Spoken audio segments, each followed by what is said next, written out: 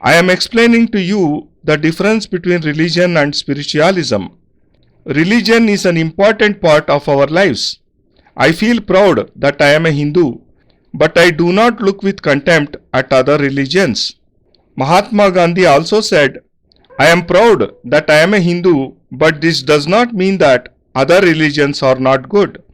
I don't say that Jesus or Muhammad were not right. They too were right in their own contexts. We have not tried to know about their thoughts as we acquired only the knowledge given by Rama, Krishna and Mahavira. All these great men have stressed that life shall progress when the anger, the passion in us is curbed, when our vanity disappears. We may say that we don't have any sexual desires, that we have no greed, but in actual practice, these have not been totally subdued. In Rajasthan, there are Thakurs, a class of nobles or lords. Before 1947, they had small estates with 5-10 villages or an area of about 2000 square miles in each estate. These Thakurs used to be the rulers of these small estates. Thus there were about 3000 such rulers. Some ruled over 5-10 villages, some over 25 villages, and some even had 500 villages within their dominions. These rulers did not have any work to do. They just collected money from the public in lieu of taxes and lived comfortably. They had no other responsibility or worry. The bigger rulers were called kings, while the smaller ones were called Thakur Sahibs. You may not have gone to these villages, but if you do go there, you shall find that the Thakurs still consider themselves superior. They may not even have enough food to eat, but their vanity knows no bounds. It was before 1947 that there was a great Thakur. One day he thought, I have committed a lot of sins in my life. I have killed so many birds and have eaten so much meat. Hence I should go to Haridwar and cleanse my sins by bathing in the holy river Ganga. And after coming back, well, what then? I shall commit more sins and shall again go and wash them away in the holy river. Hence he started for Haridwar. He said to the villagers, I am going to Haridwar. But why are you going there? Asked the villagers. Well, enough is enough.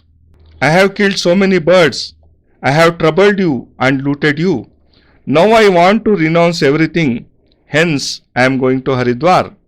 Along with his 20-25 servants and his wives, he went to Haridwar and bathed in the holy river. The Hindu priests in Haridwar said to him, you shall have to renounce something in order to absolve yourself of all the sins. The Thakur thought, what should I renounce? I like to eat so much. If I renounce jaggery today, and if a sweet is prepared with it, then I won't be able to eat it. I cannot renounce jaggery. I cannot give up sugar. I cannot even give up wine. The eager priest said, Maharaj, give up anything. You just have to renounce one object. At this, the Thakur said, well, fine. I renounce anger. From now on, I won't get angry. The priest said to himself, what a cunning fellow he is. If this feels angry or not, what does it matter to me? When he had to renounce anything, he could have left jaggery. If he had given up some real object, I would have got 5 kilos of it. To the Thakur he said, sir, it is up to you, but if you give up some eatable. No, retorted the Thakur. You don't understand. I am a Thakur. The priest said, sir, it is your wish. When the Thakur returned to his village, he was welcomed by all the villagers. They asked the Thakur, Maharaj, you went to Haridwar. What did you renounce? Well, I have renounced anger. Now I shall never be angry. But Maharaj, you are so short-tempered that you run to fetch your gun each time you get angry. The Thakur smiled and said, after having been to Haridwar, my heart, my soul have been completely transformed. Now I shall never be angry. A barber was sitting nearby. He heard all this, and after about 10 minutes, he said, Maharaj, excuse me. Well, what is it? Asked the Thakur. Why are you standing? Maharaj, I want to ask you something, if you don't mind. Go on, ask what you like. Maharaj, what did you renounce in Haridwar? Haven't I just told you? I have given up anger. The conversation with the villagers resumed. The Thakur started to narrate the incidents that happened in the course of the journey. Again the barber got up and said, Maharaj, Huzur, I want to ask you something. Well, ask. Maharaj, you went to Haridwar. What did you give up? What the? I have told you that I have given up anger. I shall never be angry again. Can't you understand this much? You seem to have very less brains. The barber sat down again. The talks resumed. 15 minutes passed and the barber again stood up and said, Maharaj, Huzur, I want to ask something. Well, what is it now? Maharaj, you went to Haridwar. Yes, I did. Maharaj, what did you renounce there? You bloody swine, rascal. And speaking of these abuses, the Thakur picked up his shoe and ran after the barber. The barber cried out, Now I understand. Yes, I have got it. I have understood what you have renounced. Similar is the case with you. You are boiling up inside and you say that you have given up anger. We keep saying that we have given up anger, but in fact we are not able to do so. There is a difference between merely saying and actually doing it. Till we don't renounce anger, till we are filled with vanity and anger, what shall we be able to achieve in the field of religion, knowledge and spiritualism? Until you transform yourself mentally, you won't be able to develop spiritualism in your life. Until there is no spiritualism in your life, you won't attain true happiness in it. You don't need to be educated about religion. In fact, there never was such a need. Do you ask why? Because religion was already there where you were born and you grew up with it.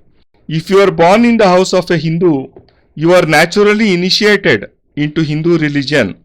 You did not have to ask to be taught. You learned everything and now you don't even need a certificate to prove it. If you are born in a Muslim family, then the Muslim religion became your own. If you are born in a Christian family, you became a Christian. You did not choose your religion, rather it was thrust upon you. On the other hand, spiritualism cannot be imposed. Its knowledge has to be acquired. If you enter into spiritualism, you shall ask what are the Vedas, Puranas, Shastras, gods and who is Shiva. You don't know much about them. You may have seen the pictures of Lord Rama holding a bow and arrow in his hands. This image has been imposed on your brain. If I say to you to go outside, and if Rama appears in an ordinary guise wearing a dhoti kurta with a shawl in his hand, then he shall walk past you, but you won't even recognize him. This is because you have never seen Lord Rama in reality. You only know his image as you have seen in the pictures and paintings. Even the artists who have drawn these pictures are ordinary men and have never seen Lord Rama. They just imagined a picture of Rama through all that they had read in the Ramayana. Thus they drew the pictures, but imagination is never the same as reality. But who shall explain this to the artist that this may not be the real image of Rama? Religion at least cannot do this. Religion says this is Rama and so do I.